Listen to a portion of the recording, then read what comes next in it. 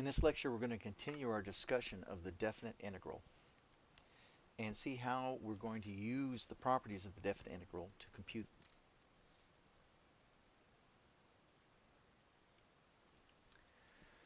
Okay, so the definite integral, it turns out, is the limit of these Riemann sums, that as the number of rectangles gets larger and larger and larger, for a function that is continuous on an interval from a to b, then the Riemann sums will approach a real finite area, and this signed area will be the area under the curve. If f is a continuous function from a to b, the limit of the Riemann sums is guaranteed to exist, and we write it in the following way. The definite integral, we use a special symbol, which you can see in the middle. This is actually an S from long ago in Latin. The sum from a to b of f of x dx, because remember the rectangles are getting narrower and narrower, and eventually they get so narrow that they're not even visible, but they're not zero. They're just extremely narrow. And so when we write f of x times delta x, we write it f of x dx to remember that our base of our rectangles is along the x-axis. F of x is called the integrand of our integral. The lower limit of integration is a. The upper limit of integration is b. A doesn't have to be less than b. We can integrate from 5 to 3 as well as from 3 to 5. We'll take a look at that here in the next slide. Because the area is always a positive quantity, the definite integral is interpreted to represent the cumulative sum of the signed areas between the graph of f and the x-axis from x equal a to x equal b, where the areas above the x-axis are counted as positive and the areas below the x-axis are counted as negative. Let's take a look at a picture. So basically, if we have a function from 0 to 3, then the area under the curve is the sum of these two areas, where area A is considered to be a negative area because it extends below the x-axis, and B is considered a positive area. The areas A and B are both positive numbers, but when we calculate the definite integral, we subtract A from B because A is an area below.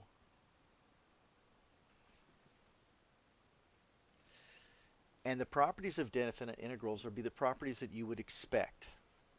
Okay, the first one seems a little strange, but if we integrate from 3 to 3, or from 12 to 12, well then the area of the rectangle's base, the area is going to be 0 because the base is 0, right? 0 times any height is still going to be 0. Notice that in the second property, we are integrating from b to a, so the integral from 3 to 5 is the negative of the integral from 5 to 3. If we multiply a function by a constant, then the integral of a constant times a function is just a constant times the integral.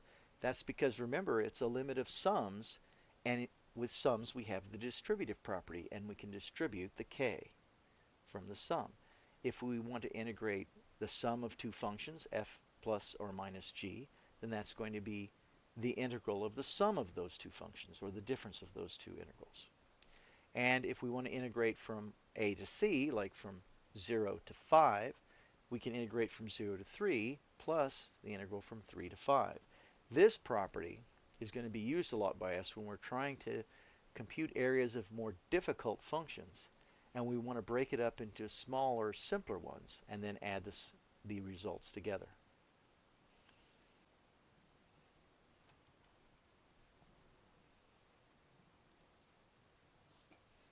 So, using the properties of the definite integral and the following known definite integrals, the area from 0 to 2 of x dx is 2, the area from 0 to 2 of x squared dx is 8/3, and the area from 2 to 3 of x squared dx is 19/3, let's evaluate the 5 integrals on the right.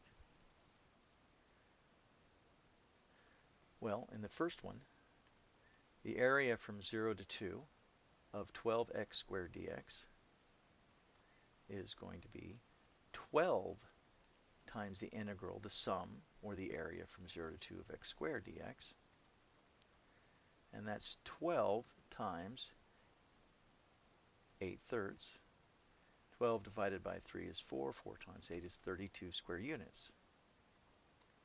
The second one, the area from 0 to 2 of 2x minus 6x squared dx is the area from 0 to 2 of 2x dx minus the area from 0 to 2 of 6x squared dx. Well, we can use another property, the one we did in problem number 1. The first integral is 2 times the area from 0 to 2 of x dx minus 6 times the area from 0 to 2 of x squared dx. So we get 2 times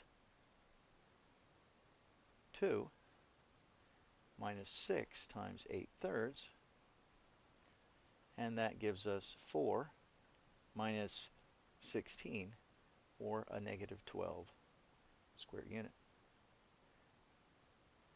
In number 3, if we want the area from 3 to 2 of x squared dx, that's just the negative of the area from 2 to 3 of x squared dx. So that's a negative, we look up here, 19/3 square units.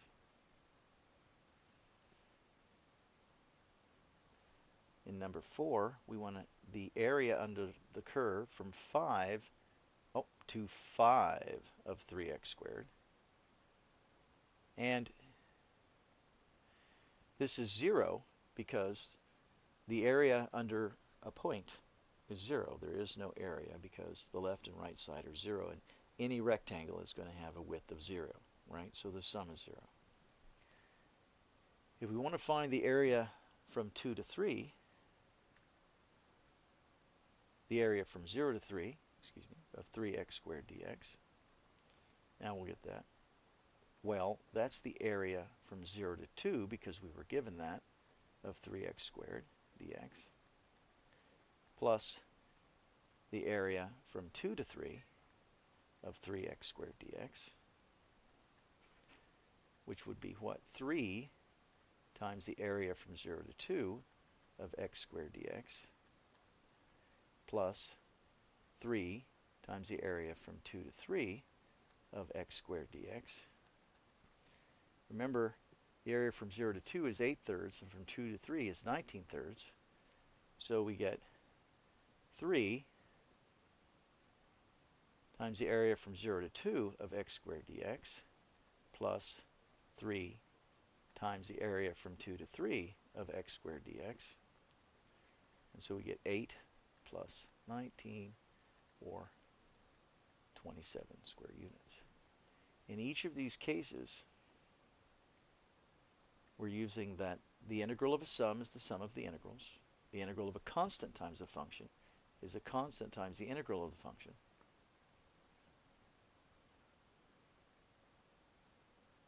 The integral from a to c is the integral from a to b plus the integral from b to c. And the integral from a to a is always going to be 0.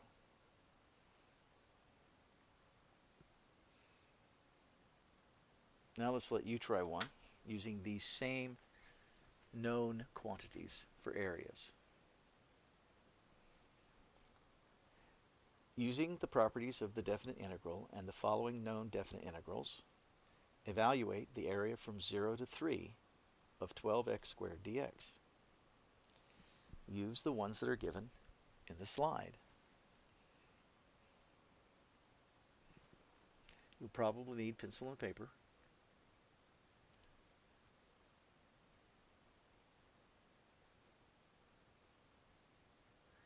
Is the area going to be 96, 9, 98, 108, or none of these?